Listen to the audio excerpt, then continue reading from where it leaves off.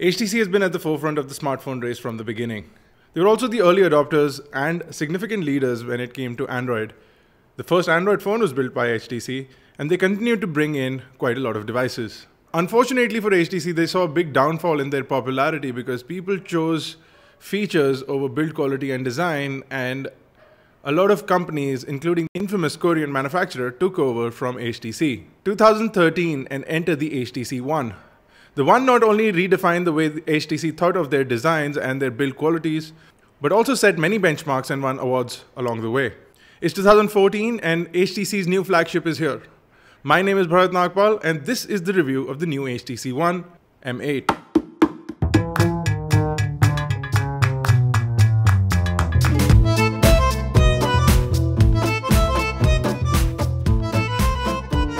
HTC has called their 2014 flagship also the One, parentheses M8. The code word M8 is to signify that the device is a new device, but it's still more or less the One. While at first a lot of people will not notice the differences and a lot of people have initially disliked the design, we feel that it's a significant improvement over what HTC One M7 was. And the M7 was fantastic. So this, with a 90% metal body versus the 70% metal on the HTC One, is a fantastic upgrade. The back panel is molded out of a single shell of aluminum which comes around the device to the front and connects with the front glass. This design is not only beautiful to look at but feels excellent in the hand. The phone can also take a beating thanks to its rigid design. It can take quite a lot of falls, and the front also has a Gorilla Glass 3. That means it will be protected through and through. The top bit, however, has a plastic covering that is to allow the infrared blaster to seep through as well as the networks to perform well. If we go along the hardware front, HTC has also popped in all the latest hardware into this device. So we have the Qualcomm Snapdragon 801 chipset, which comes with 2.5 GHz for the global variant and 2.3 GHz for the US variant. You get 2 GB of RAM, 16 GB of storage, the Adreno 330 GPU, and a 2600 mAh battery. This time around, HTC has also included a micro SD card slot, allowing you an upgrade storage capacity of up to 128 GB. HTC is also going to be unlocking 4G capabilities for the Indian variant of the HTC One M8 as soon as the service rolls out across the country. Putting all these things in mind, HTC also launched the device at a significantly good price of 49,900. Now, for a lot of people, this price is pretty expensive, but for what HTC has done with this device, as opposed to previous generation of their devices, it seems like a fantastic pricing, and especially considering that competition devices made fully out of plastic were launched for much more. That being said, HTC has left out quite a lot from the build quality. You do have an IP rating on this that allows you to ensure that this device is splash proof, and HTC does say that this device is splash proof, but it can in fact take quite a bit of water and still survive. HTC does not recommend this, but this device is not fully water sealed, as is the Samsung Galaxy S5. Taking in consideration the amount of effort HTC has put into building this device, a small bit of water sealing would have gone the extra mile and would have really impressed a lot of users who would have bought the HTC One.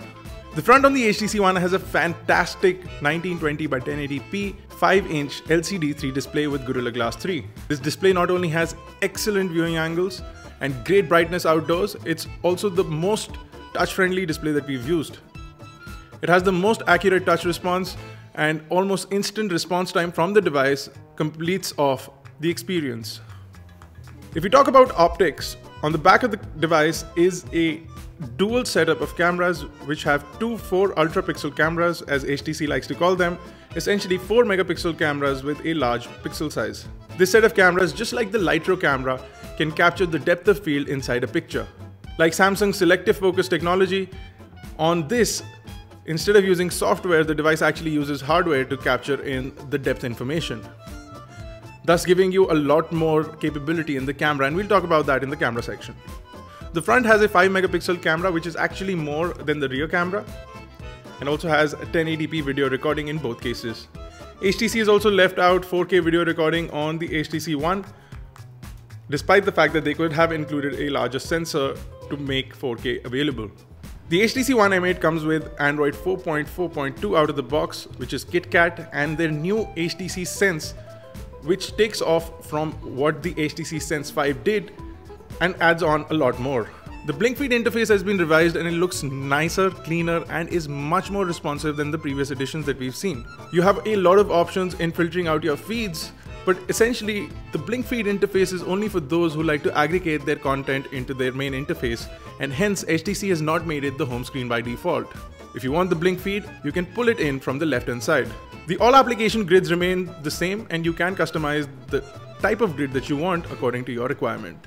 HTC continues to give you some of the features that they did in the previous editions, including their TV application, allowing you to connect to various televisions, still limiting you from many things, including television setups in countries like India. You still get your list of folders with media and Google settings that come out of the box, and of course you can customize your folders according to your requirements.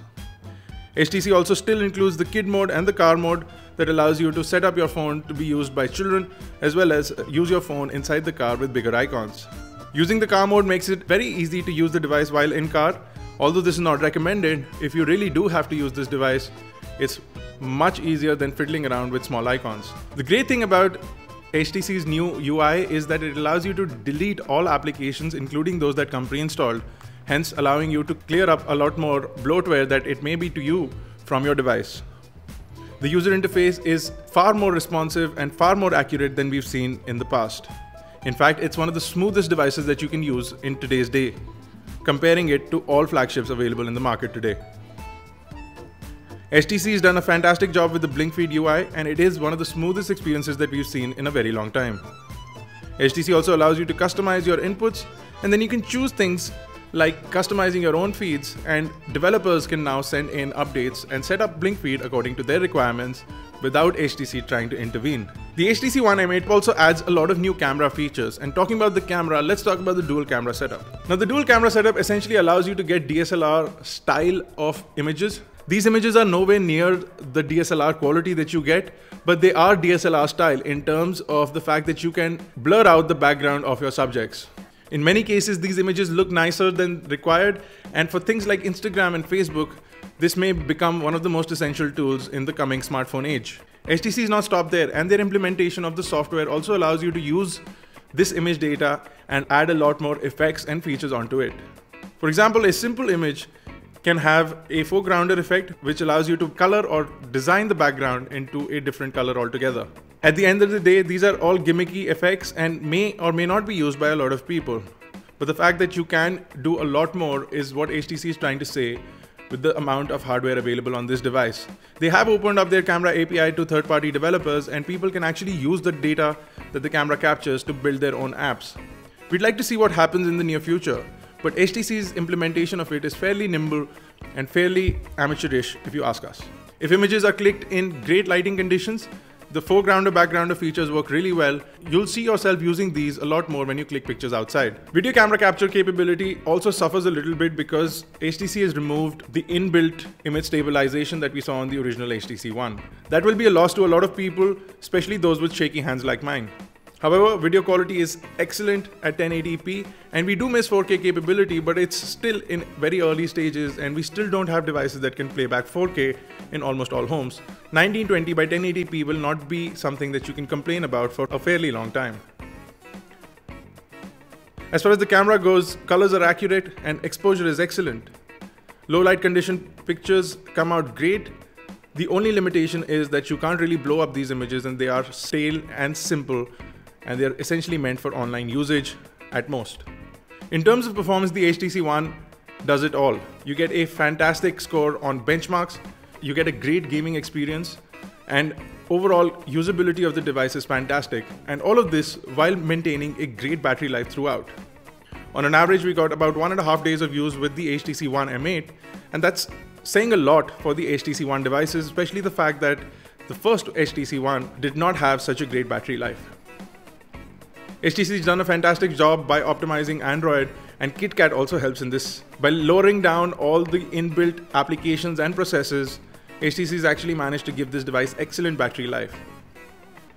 The ultra power saving mode also extends this battery life by quite a lot by shutting off all your networks and leaving only the phone networks intact. You can turn on data and Wi-Fi when you need it, and then it automatically turns off, which is fantastic, and hence the ultra power saving mode works really well. Now, HTC has also improved on their boom sound speakers quite a lot. We have a 25% improvement on paper by HTC, and the sound is absolutely stunning, and no video can show you what kind of experience you can get from inbuilt speakers from this device. They are forward pointing and they have excellent deepness in bass and great mid and high levels, essentially delivering you an experience where you would not require additional speakers in most scenarios. If you're playing games or watching videos on this device, even in a group, these speakers are fairly loud. Another thing HTC has done with the new M8 is the fact that they have added smart cover capabilities. Hence, the use of the new HTC dot case is fantastic. The idea behind the dot case is fairly novelistic. The screen turns on and shows you a big dot matrix display like a retro design on front of the cover. The cover allows your touch to go through so you can answer calls, look at notifications, and even initiate voice calling when the cover is closed. The display in the front gives it a very retro sort of look while maintaining the modern design of the new HTC M8. Overall, HTC has done a fantastic job with the build quality, hardware, design, usability, interface, and even the camera on the device.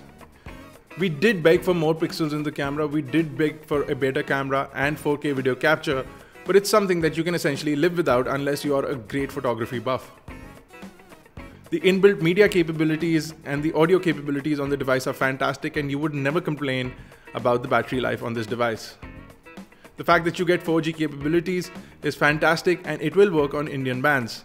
HTC also plans to launch a dual SIM variant for the Indian market, which will launch in about 3 to 4 months and will support CDMA as well as GSM capabilities just like the original HTC One. While it feels that HTC could have added some features like water resistance and, as I mentioned many times before, 4K video capture, this device is a huge improvement over the HTC One, which was already a fantastic device. HTC's interpretation of how Android should be used is also pretty good, and we honestly have no complaints from the device whatsoever. This time around, the HTC One M8 is a robust performance device built around great networks, capability, build quality, design, and software stability, making it our favorite flagship of this year till date. Be sure to read the full review of the HTC One M8, where you'll find some camera samples as well. Drop in your questions and queries on the comment section below or on our full review page so that we can respond to them. Be sure to check us out on Facebook, Twitter, Google+, and make sure you subscribe to us on YouTube. Until I see you next time, guys, this has been Bharat Nagpal. Thank you guys for watching.